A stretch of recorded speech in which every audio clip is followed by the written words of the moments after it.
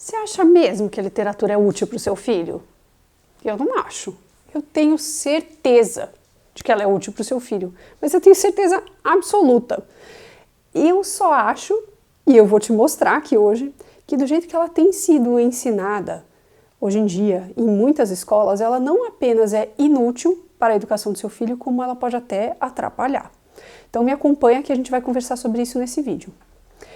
Hoje em dia, tem um erro muito comum, um erro pedagógico muito comum, que tem sido usado largamente em muitos ambientes. A gente vê nas livrarias, a gente vê nas escolas, a gente vê nas bibliotecas. Existe uma ideia, e ela tem uma raiz, existe uma ideia de que a criança deve ser introduzida e, atenção, mantida na linguagem própria dela. Então, não é que você introduz o mundo da literatura para a criança a partir da linguagem dela e você avança. Você apresenta o mundo da literatura na linguagem da criança e continua acompanhando a linguagem da criança. E não é só a linguagem, é a realidade dela. Então você parte sempre da linguagem da realidade da linguagem da criança. E o resultado que a gente tem é o quê? A gente vê livros e livros e livros e livros e livros e livros, e eles são sempre, quase sempre, os que você vê nas prateleiras das livrarias, que são apenas reprodução de linguagem coloquial. Isso tem uma raiz na ideia de Paulo Freire de que a criança precisa ser educada, o adulto também, né? Ele educava adultos, né? Mas a sua ideia é usada para crianças. A criança, o adulto, ele deve ser educado dentro da sua própria realidade. Ele nunca deve ser retirado, nunca você deve apresentar coisas diferentes da realidade dele ou uma linguagem acima. Não, isso seria opressor. Trate sempre ele com a linguagem reduzida que ele já tem. Então você mantém a criança sempre com uma linguagem de criança, né? Você mantém a criança que aprende a linguagem coloquial sempre numa linguagem coloquial. Você nunca permite que ela acesse as grandes estruturas da linguagem, o vocabulário rico. Não, sempre reduz, certo? Então, o que a gente vê? A gente vê às vezes nas escolas crianças de 10, 12, 11 anos que tem provas, e escolas caras, não é escolas baratas, tem prova, tem exercício lá, tirinha da Mafalda, tirinha da Turma da Mônica. A gente vê isso, certo? Então, é disso que eu tô falando. O problema é, a criança, ela já tem linguagem coloquial, ela já sabe falar a linguagem coloquial. E uma criança de 8 anos, ela já é super fluente em linguagem coloquial, você não precisa ensiná-la a linguagem coloquial. Você precisa retirá-la da linguagem coloquial e fazer com que ela avance para um nível de leitura maior, para que ela consiga acessar outros mundos, acessar outros tipos de texto. Você precisa dar para essa criança ferramentas para adentrar um mundo de conhecimento que ela só vai conseguir adentrar se ela tiver um nível de linguagem maior, certo? Então, o que acontece? Você dá um livro de linguagem coloquial para a criança aí, e tem vários, não vou citar nenhum, para não arranjar confusão, mas tem vários. Você não acrescenta vocabulário nenhum para ela, você não faz a criança aprender coisas novas, você não deixa ela crescer, e você não apresenta estruturas ricas da linguagem. Então, você mantém a criança sempre assim, com uma compreensão de texto baixa. Você mantém a criança sempre com uma imaginação pobrezinha, porque é sempre aquele papinho daquilo que está ao redor da criança. Você nunca vai fazer ela acessar outros mundos. E aí, tá bom. Então eu falei do problema e onde é que está a alternativa, onde é que está a solução. O que seria uma literatura infantil, uma literatura importante para o seu filho? Infantil, infanto-juvenil. O que seria essa literatura?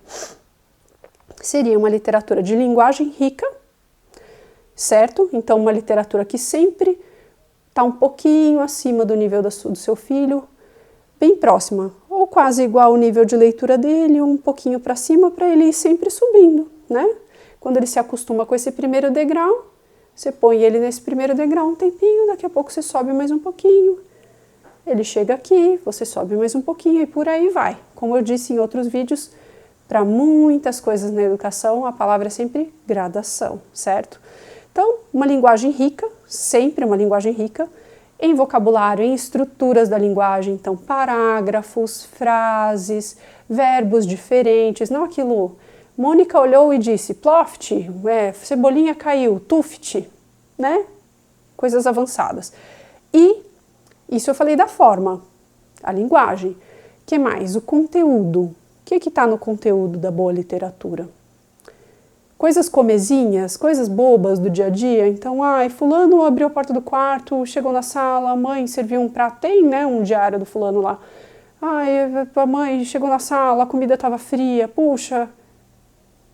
Não que essa história não possa se tornar uma história de um prato de comida fria, ela não possa se tornar uma história interessante, que perdure pelos séculos, mas assim, a princípio, você está entendendo o que eu estou falando, né? Então a gente vai buscar trazer para os nossos filhos histórias que perduram no tempo. Então histórias que foram testadas, aprovadas e perduram no tempo por quê? Porque são universais. E o que significa dizer que essas histórias são universais? Significa dizer que elas perduram no tempo, são universais porque elas dizem respeito àquilo que é muito próprio da natureza humana, aquilo que se repete lá na Tailândia, no noroeste da Mongólia, no interior de Rondônia, na Grande São Paulo, no Rio de Janeiro. Por quê? Porque é isto que é universal. Então, aquilo que era interessante para a criança grega, que era interessante para o espartano, é interessante para o tailandês, é interessante para a criança do noroeste da Mongólia, é interessante para o seu filho que mora em São Paulo. Entendeu? É isso. Isto é universal. É aquilo que é interessante hoje, era interessante há 100 anos, era interessante há 500 anos, será interessante daqui a 300 anos. Acrescentará algo de humano ao seu filho, por quê? Seu filho já é humano, mas o que vai acrescentar de humano ao seu filho? Outras possibilidades humanas.